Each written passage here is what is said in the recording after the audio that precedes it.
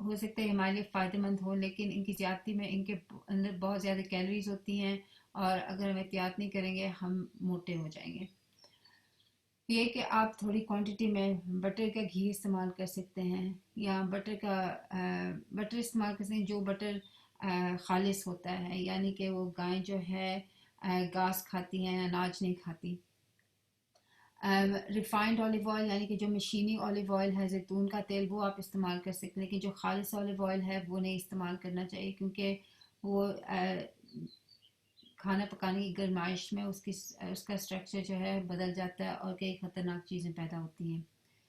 ناریل کا تیل، کوکونٹ آئل، یہ بھی بہت اچھی چیز ہے، اور اس کے علاوہ جو ہے ایک الگ طریقہ یہ ہے کہ آپ اپنا سالن پہلے سے بھون لیں۔ یہ ضروری نہیں ہے کہ آپ پیاز کو پہلے نرم کریں اور پھر مسالہ بنائیں اور پھر اپنی سبزیاں گوشت کو ڈالیں۔ ایک الگ طریقہ یہ ہے کہ آپ اپنا مسالہ پہلے بھون لیں پیاز اور ٹماٹر کے پانی میں، اور اس میں اگر آپ نے گوشت وغیرہ ڈالنا ہے آپ اپنا گوشت ڈال لیں، اینڈ پہ جو ہے جب وہ سارا پک جائے تو پھر آپ اس میں تیل ڈال کے آپ اس کو بھون لیں، یا اس کے بغیر بھی بھون لیں اور اینڈ میں تیل ڈال دیں۔ اس کا یہ فائدہ ہے کہ ایک تو آپ کو کم تیل کی ضرورت پڑے گی، دوسرا جو ہے اس تیل کی جو اچھی کوالٹیز ہیں وہ ثابت رہیں گی۔ اور پھر کئی لوگ اکثر سپر فوڈز کا پوچھتے ہیں، اب یہ ہے کہ ہمارے جو سلسلہ اس میں اکثر ہم سپر آیورویدک کا ذکر ہوتا ہے، اور یہ واقعی ہے کہ کئی چیزیں جو ہمارے کھانوں میں پڑتی ہیں وہ ہمارے لیے فائدہ مند ہیں، لیکن ہر چیز جو ہے درمیانے رویے سے اور بیلنس کے ساتھ استعمال کرنی چاہیے، کیونکہ کسی بھی چیز کی زیادتی جو ہے نقصان دہ ہو سکتی ہے۔ ابھی آپ کو نظر آ رہے ہیں کہ قسم کی مسالے ہیں، ادھر ہربز اور اسپائسز ہیں، ان میں یہ سارے ہمارے اکثر کھانوں میں پڑتے ہیں، جیسے کہ دال چینی جو ہے انفیکشن کے لیے بہت اچھی چیز ہے۔ پھر سونف، اگر آپ سونف ڈالیں اس کے ساتھ آپ کا پیٹ اچھا رہتا ہے، اور دوسرا جو ہے لیڈیز کے ہارمون جو ہیں وہ بیلنس ہوتے ہیں۔ تیسری چیز کلونجی ہے، کلونجی کے بارے میں حضور پاک صلی اللہ علیہ وسلم نے فرمایا کہ اس میں ہر چیز کی شفا ہے سوائے موت، اور یہ بخاری شریف کی حدیث ہے۔ پھر ہمارے کھانوں میں اکثر ہلدی ڈلتی ہے، ہلدی جو ہے بہت اچھی چیز ہے، ہلدی انفلیمیشن کے ساتھ لڑتی ہے اور اینٹی وائرل بھی ہو سکتی ہے۔ ہلدی کو اگر آپ نے اچھی طرح سے استعمال کرنا ہے تو آپ کوشش کریں کہ آپ اس کے ساتھ کالی مرچ شامل کر لیں۔ پھر آخری چیز میں ادھر لکھی ہوئی ہے میتھی۔ میتھی جو ہے بہت فائدہ مند چیز ہے، میتھی جو ہے خاص طور پہ جو مائیں دودھ پلاتی ہیں، اگر ان کا دودھ نہیں صحیح آتا تو اس کی کوانٹٹی بڑھ جاتی ہے، جو مرد لوگ ہیں ان کے ہارمون بیلنس ہو جاتے ہیں، اور اس میں اور بھی کئی قسم کی منرلز ہیں اور فائٹو نیوٹرینٹس، یعنی کہ جو چیزیں ہمیں صرف پودوں میں سے مل سکتی ہیں۔ اس کے علاوہ آپ نے نوٹس کیا ہوگا کہ میں نے ادھر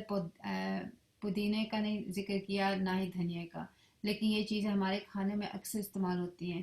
پودینہ جو ہے ہاضمے کے لیے بہت مفید چیز ہے، اور جو دھنیا ہے اس کے بغیر تو کھانے کا مزہ ہی نہیں آتا۔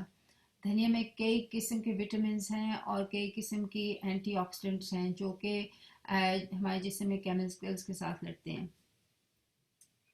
اب یہ آخری جو مشورہ ہے یہ سالن کے بارے میں نہیں ہے، یہ چاول اور بریانی کے بارے میں ہے، جو کہ ہمارے کلچر میں بہت مشہور اور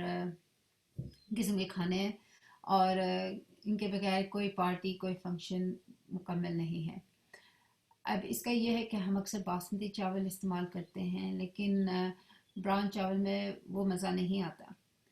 ان حالات میں آپ یہ کر سکتے ہیں کہ آپ آدھے براؤن اور آدھے سفید چاول ملا کے پکا سکتے ہیں،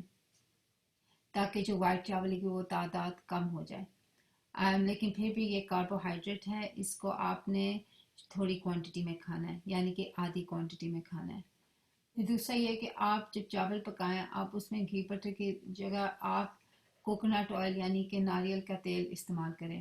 اس کا یہ فائدہ ہے کہ جو چاول میں سٹارچ ہے جو کہ جسم میں جا کے شوگر بن جاتی ہے، وہ آدھی سے کم ہو جاتی ہے، خاص طور پہ چاول ایک بار جب گرم ہو جائیں پھر ٹھنڈے ہو جائیں تو ان کا سٹرکچر بدل جاتا ہے۔ اور دوسرے جب آپ کوکونٹ کا تیل چاولوں میں ڈالتے ہیں اس کی کوئی اسمیل نہیں آتی، اور آپ کو پتہ بھی نہیں چلے گا کہ آپ نے کوکونٹ کا تیل استعمال کیا ہے۔ تیسرا مشورہ یہ ہے کہ آپ کو وائلڈ رائس مل سکتی ہے. وائلڈ رائس جو ہے بلکہ چاول نہیں ہے، کئی قسم کی سیڈ اور اناج ہے، اور اس میں کافی ساری پروٹین اور وٹامنز ہوتی ہیں اور فائبر بھی ہوتی ہے جس کے ساتھ ہمارا ہاضمہ اچھا رہتا ہے. تو یہ ہے میرے 5 مشورے دیسی کھانوں کے لیے، اور مجھے امید ہے انشاءاللہ آپ کو ان کے ساتھ آپ کی صحت اور آپ کا کھانا جو ہے تبدیل ہو سکتا ہے انشاءاللہ. جزاک اللہ خیر. السلام علیکم و رحمۃ اللہ.